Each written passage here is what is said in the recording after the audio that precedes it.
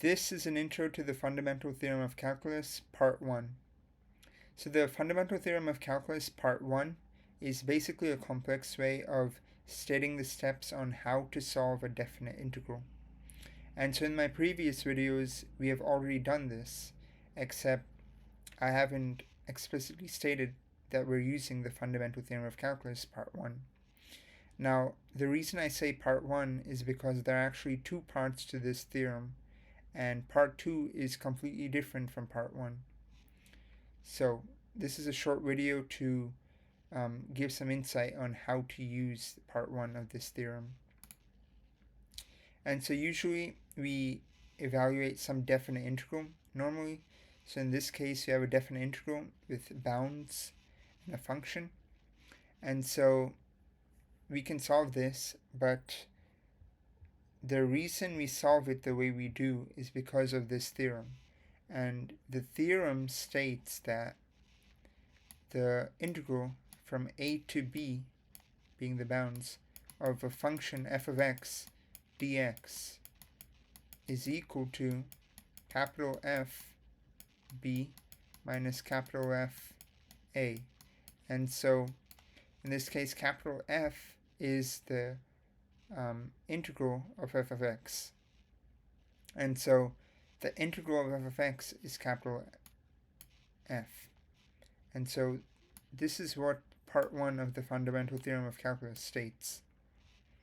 And so whenever you encounter an integral which have two bounds and it's definite, you can just use this formula to evaluate the value of this integral. So now, if we replace using the function given to us in the bounds, we can just write 0 to 2 3x squared plus 2x dx. And to find the value of this, we can use this formula. And so the first step is to find the value of capital F, or the integral. And so to find the integral of this function, we can use the power rule in this case, because there are more than two terms and the highest degree, the degree is 2. So you can use the power rule on each of these terms, and if you do that, we get 3x cubed over 3 plus 2x squared over 2. And so we use the power rule and we can cancel out 3 and 2. So we get x cubed plus x squared. Right? And so using the power rule in both of these terms, we get this value. So this is the integral of f of x. And so if capital F is equal to this, capital F of x, lowercase f of x is different. Lowercase f of x is separate. That's a function given to us. And uppercase f of x is the integral of lowercase f of x. And now, since we have uppercase f of x, we can now use this formula. Plug in b. So in this case, b is 2, right? And so once b is 2, we can plug in 2 cubed is 8, plus 2 squared is 4. And now put these in brackets and subtract that by plugging in a. In this case, a is 0. So if you plug in 0 into this function, you get 0 cubed plus 0 squared equals 0. So if you plug in a into uppercase f of x, you get 0. And so 8 plus 4 is 12. 12 minus 0 is 12. And so this is our answer. This is the answer to the definite integral from 0 to 2 of 3x squared plus 2x dx. So similar type question, we have a definite integral and the bounds are 1 and 4, which means a is equal to 1 and b is equal to 4, right? And so we can write our formula 1 to 4, or a to b, f of x dx is equal to uppercase F B minus uppercase F A. Now we can plug in our information and we get 1, 4, 2x minus 3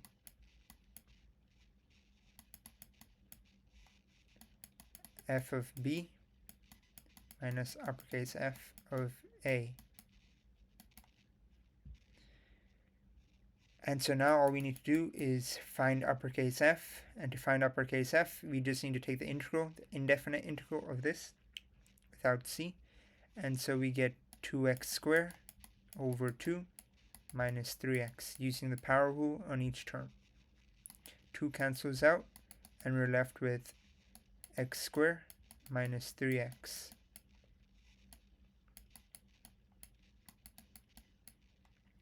Actually,